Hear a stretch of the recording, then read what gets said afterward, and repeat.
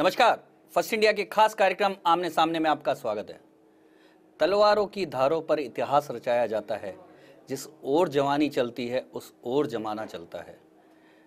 दुनिया में हमारा देश सबसे जवान देश है, लेकिन ये जवानी किस तरफ जा रही है, ये एक बड़ा सवाल हमारे देश के लोगों के सामने है। आज हमारे साथ हैं दुनिया के सबसे बड़े छात्र संगठन अखिल भारतीय विद्यार्थी परिषद के राष्ट्रीय संगठन मंत्री सुनील अंबिका। अंबिका जी, बहुत जवान देश है, पर जवानी के साथ बड़ा ये एक सवाल खड़ा रहता है कि आखिर में ये जवानी जा कहाँ रही है। मैं जो देखता हूँ कि दो तरह के लोग हमेशा रहते हैं जी।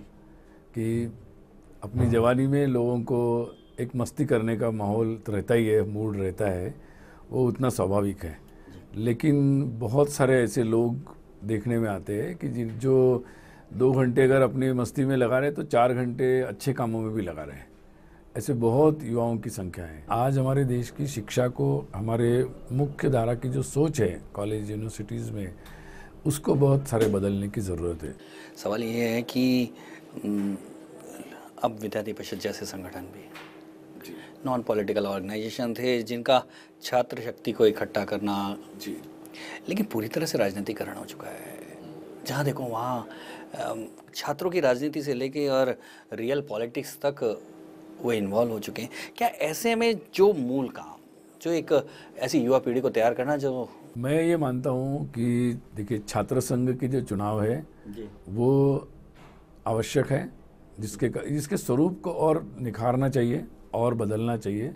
और इसमें मैं ये मानता हूँ कि जितना और अच्छा माहौल हम बनाने के लिए प्रयास करेंगे, इसमें प्रशासन की भी भूमिका है और समाज में जैसे जैसे जागृति होती जा रही है तो मुझे लगता है कि इसमें सुधार होता जाएगा।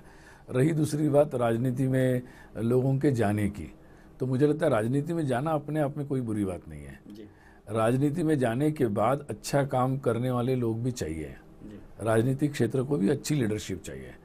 और इसीलिए मैं ये मानता हूँ कि अगर अच्छे लोग जाते हैं राजनीति में, अच्छा काम करते तो उसमें पर छात्र संघों के पर सुनिए जी, बड़ा सवाल ये उठ रहा है, छात्र संघों के माध्यम से जो नेता तैयार हो रहे हैं, बिल्कुल वो जो समाज में आ रहे हैं वो भ्रष्टाचार सीख के आ रहे हैं। मैं आपकी बात से बिल्कुल कुछ हद तक मैं आपसे सहमति रखता हूँ, क्योंकि छात्र संघ चुनाव में उसका अगर ज़्यादा राजनीतिकरण होगा, हम लोग ये चाहते हैं कि राजनीतिक दल सीधे दखल न दे।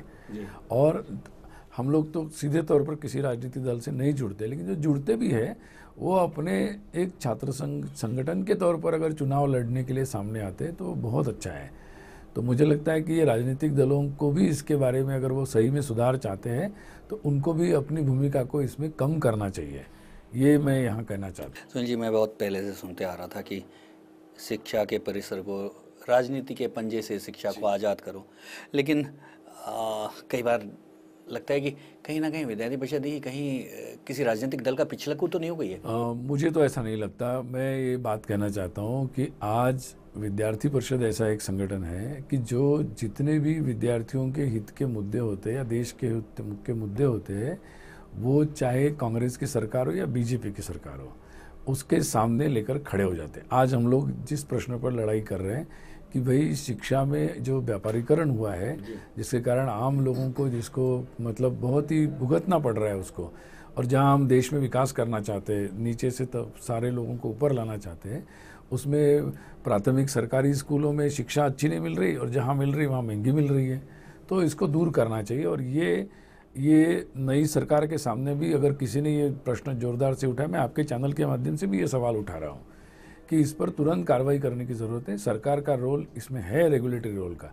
ऑटो रिक्शा के भी रेट तय किए जाते हैं कि भाई एक्सप्लॉयटेशन न हो। पर सुनील जी, बड़ी बात यह है कि जिस वैचारिक पृष्ठभूमि से विद्यार्थी परिषद आती है, उसी वैचारिक पृष्ठभूमि के संगठन का इस समय राजनीति सत्ता में है, लेकिन उसके बावजूद राजस्थान जैसी जगह निजीकरण इतनी बड़ी तेजी, इसलिए हम लोग दबाव बना रहे हैं। देखिए, आज मैं आपको एक बात कहना चाहता हूँ, अगर इतने साल विद्यार्थी परिषद ने जो आंदोलन किया वो किसी भी सरकारों के समय किया, अगर वो आंदोलन न होता तो अब तक जैसे इंडस्ट्रीज़ के साथ हुआ है, वैसे ये सरकारी कॉलेजेस और यूनिवर्सिटीज़ को भी आप निजीकरण उसका होते हुए देख लेते। मैं ये मानता हूँ कि ठीक है, और हमारी विद्यार्थी आंदोलन और बढ़ना चाहिए और ज़्यादा ताकत हमको पर सुनील जी हमारी बड़ा आनी चाहिए, मैं लेकिन वैसे ये व्यर्थ नहीं गया है। पर सुनील जी बात ये है कि आपका राजस्थान विषय पे ज़्यादा नहीं है, लेकिन मैं एक जानकारी देना चाहूँगा। राजस्थान में यहाँ तक कि गवर्नमेंट स्कूल्स तक को पीपीपी मॉडल पे निजी हाथों में सौंपा जा रहा है। कहीं भी विद्यार्थी परिषद की आवाज़ नहीं नज़र आ रही। ये विषय गंभीर है, इसलिए हम लोगों के अभी ये विचार विमर्श हुआ है कि अब ये प्राइमरी से लेकर पूरे टॉप तक एक कंप्लीट विषय को लेकर ही इस बात को रोकने के लिए, और इसको एक हम प्राइवेट के विरोधी नहीं है, प्राइवेट चीज़ आए, प्राइवेट जैसे बसें चलती है, ऑटो, कॉलेज चलने में कोई आपत्ति नहीं है, बट रेगुलेटरी मैकेनिज्म फी और प्रवेश के बारे में होना चाहिए। अभी महाराष्ट्र सरकार ने परिषद के दबाव के बाद वो कानून लाया है, अभी वो अभी पास अभी पास हुआ है, अभी उसका इम्प्लीमेंटेशन अगले साल देखने को मिलेगा। सुनील जी एक और हम लोग ये चाह रहे हैं कि राजस्थान में भी, मैं आपके चैनल से कहूँगा कि इस तरह का कानून यहाँ भी आना चाहिए, और हम लोग इस पर लड़ेंगे। सुनील जी एक बड़ी बात है कि लोग कहते हैं कि जहाँ बीजेपी की सरकार होती है वहाँ आप ज्ञापन देते हैं, जहाँ कांग्रेस की सरकार आती है वहाँ सड़क पे लड़ते हैं। गलत है, ये मिस इन्फॉर्मेशन है। अगर मैं यहाँ से शुरू करूँ, मध्य प्रदेश से शुरू करूँ, कर्नाटक से शुरू करूँ, तो कितने बड़े बड़े आंदोलन हुए, और झारखंड से लेकर लाठियाँ झेली लोगों ने, कौन सा प्रदेश का आप नाम ले सकते हैं। इसलिए एक विचार अपनी जगह चलता है, लेकिन रोज़मर्रा की जो चीज़ें होती है उसके लिए जो संघर्ष है, हम लोग तो ये मानते हैं कि भाई नक्सली क्यों आना चाहिए, नक्सली आने की ज़रूरत ही नहीं है, हम लोग वो विषय उठाएंगे। इसलिए हम लोग अनुसूचित जाति जनजाति के पूरे देश भर का सर्वे किया, सारे स्टेट गवर्नमेंट के खिलाफ सुप्रीम कोर्ट में केस है, अभी सबको नोटिस गया है, अभी अगले महीने में फाइनल उसका डायरेक्शन चला जाएगा। तो हम लोगों ने तो इसमें किसी को एक को भी नहीं छोड़ा है, क्योंकि जब तक लोगों के इंटरेस्ट की लड़ाई एबीवीपी जैसे मेन संगठन जो होते हैं वो लड़ेंगे, उठाएंगे मुद्दों को, तो मुझे लगता है कि इस देश में जो लोग डाइवर्ट करना चाहते हैं, जो समस्याओं को लेकर, कभी कोई जाति के नाम पर करता है, कभी कोई उनके पिछड़ेपन के नाम पर करता है, तो ये तभी रुक सकता है। पर कहते हैं इसलिए हम लोग ये मानते हैं कि ये सोल्यूशन है ईमानदारी से इन समस्याओं का। पर सुनील जी ऐसे कहते हैं कि संघ ने आपको निर्देश दिया है कि मोदी जी को ज़्यादा छेड़ो मत। संघ की ये पद्धति है कि भाई सारे संगठन अपने कार्यकलापों के लिए स्वतंत्र स्वायत्त है, और इसलिए ऐसा कोई विषय नहीं है। दूसरा, जो मुद्दा पब्लिक इंटरेस्ट का है उसके लिए लड़ना ही है, उसके कोई निर्देश नहीं। इसलिए हम लोगों ने इस विषय पर तो हम लगातार लड़ रहे हैं। हम लोग अभी मोदी सरकार के सामने हम लोगों का, अगर मैं आपको कहूँगा, अभी नॉन नेट पीएचडी स्कॉलरशिप के सालिए विद्यार्थी ने संघर्ष किया, रिसर्च स्कॉलर, सरकार बोल रही है कि भाई अनुसंधान अपने देश में होना चाहिए, शोध कार्य होना चाहिए। हमने संघर्ष करके उनकी सारे जितने भी प्रकार के पीएचडी स्कॉलर्स होते हैं उनकी स्कॉलरशिप बढ़ाने के लिए हमने काम किया। आईआईटी के मुद्दों को लेकर हमने संघर्ष किया है। फार्मेसी के विद्यार्थियों का आंदोलन चला, हम लोग लीडरशिप लेकर जाकर सरकार के सामने गए। पर फिल्म इंस्टीट्यूट वाले जो विद्यार्थी संघर्ष कर रहे थे उनको आपने, नहीं, उनका संघर्ष राजनीतिक था। वो विद्यार्थी शुद्ध विद्यार्थियों की अगर समस्या होती तो इतने दिन कॉलेज बंद नहीं करते, हम लोग भी इतने आंदोलन करते हैं। विद्यार्थी सेल्फ डिस्ट्रक्टिव आंदोलन नहीं करते, ये पॉलिटिकल एजेंडा। विद्यार्थी यही तो चाह रहे थे कि गजेंद्र सिंह चौहान को हटाया जाए। मैं देखिए, ऐसा है कि कौन वीसी बनना चाहिए, कौन चेयरमैन बनना चाहिए, इसके बारे में अगर वो नॉर्म्स के अनुसार नहीं है, सरकार का डिस्क्रिशन है। इसलिए हम लोगों का आंदोलन तब शुरू होगा जब गजेंद्र चौहान जी आ जाएंगे और वो विद्यार्थी हित में कोई काम नहीं करेंगे, तब हमारा आंदोलन जरूर होगा। पर अब वो भी तो छात्रों का आंदोलन था सुनील जी, तो छात्रों का और वो चाह रहे थे कि हमें गजेंद्र नहीं और कोई चाहिए। मैं ये क्या कहता हूँ, छात्र हित का मुद्दा उसमें था नहीं कुछ। सबसे महत्वपूर्ण मुद्दा क्या है, वो अगर ये डिमांड करते कि भाई हमारे इंस्टीट्यूट को इतना फंड मिलना चाहिए, हमारे इंस्टीट्यूट में ये व्यवस्था होनी चाहिए, हमारे इंस्टीट्यूट में टीचिंग फैकल्टी आनी चाहिए, हमारे इंस्टीट्यूट में ये कोर्स शुरू होना चाहिए, तो मैं मानता हूँ ये आपकी पर्सनल। छात्रों का कहना था फिल्म इंस्टीट्यूट जैसे ऐसे प्रेस्टिजियस इंस्टीट्यूट का भगवाकरण कर रहे थे। बहुत सारे लोग जितने भी आके गए उनने जितना वामपंथीकरण किया और उन लोगों ने जिस तरीके से इंस्टीट्यूट की हालत की है, वहाँ 8-8 साल लोग बाहर नहीं निकल रहे, न डिग्री कर रहे लोग, न प्रोजेक्ट कंप्लीट हो रहे। यही तो बात है, जो लाल कलर है उसे आप केसरिया बनाना चाहते हैं। अगर भगवे कलर से इतनी किसी को घृणा है तो ये तो उसकी मतलब अपनी उसकी प्रॉब्लम है, हम उसको कुछ नहीं कर सकते, उसकी अपनी प्रॉब्लम है।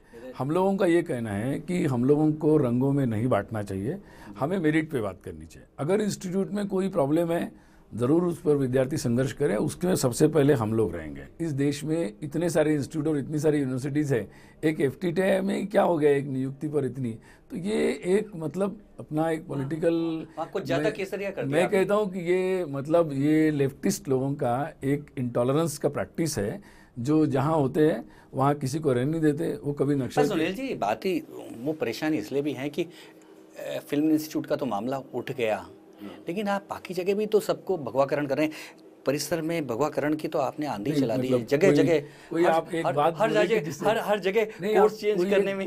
कहाँ चेंज किया आप? एक कोई उदाहरण मुझे दे दे तो मैं बताऊं आपको। राजस्थान में आप अपने लोगों के माध्यम से प्रेशर बना रहे हैं कि अकबर को हटाओ, औरंगजेब को हटाओ, महाराणा प्रताप को लाओ, शिवाजी को लाओ। इसमें मुझे लगता है क्या खराबी है? क्या औरंगजेब के बारे में हम गौरव प्राइड फील करेंगे? औरंगजेब के बारे में पढ़ाया जाएगा इस देश में? पर उनका कहना है कि ये इतने सालों से पढ़ते आ रहे हैं, तो अभी इसमें क्या दिक्कत आ गई? नहीं, इस देश में तो फिर मुगलों का राज्य बहुत समय था, अंग्रेजों का भी राज बहुत समय था, वही चलने देते। क्यों हटाया हमने?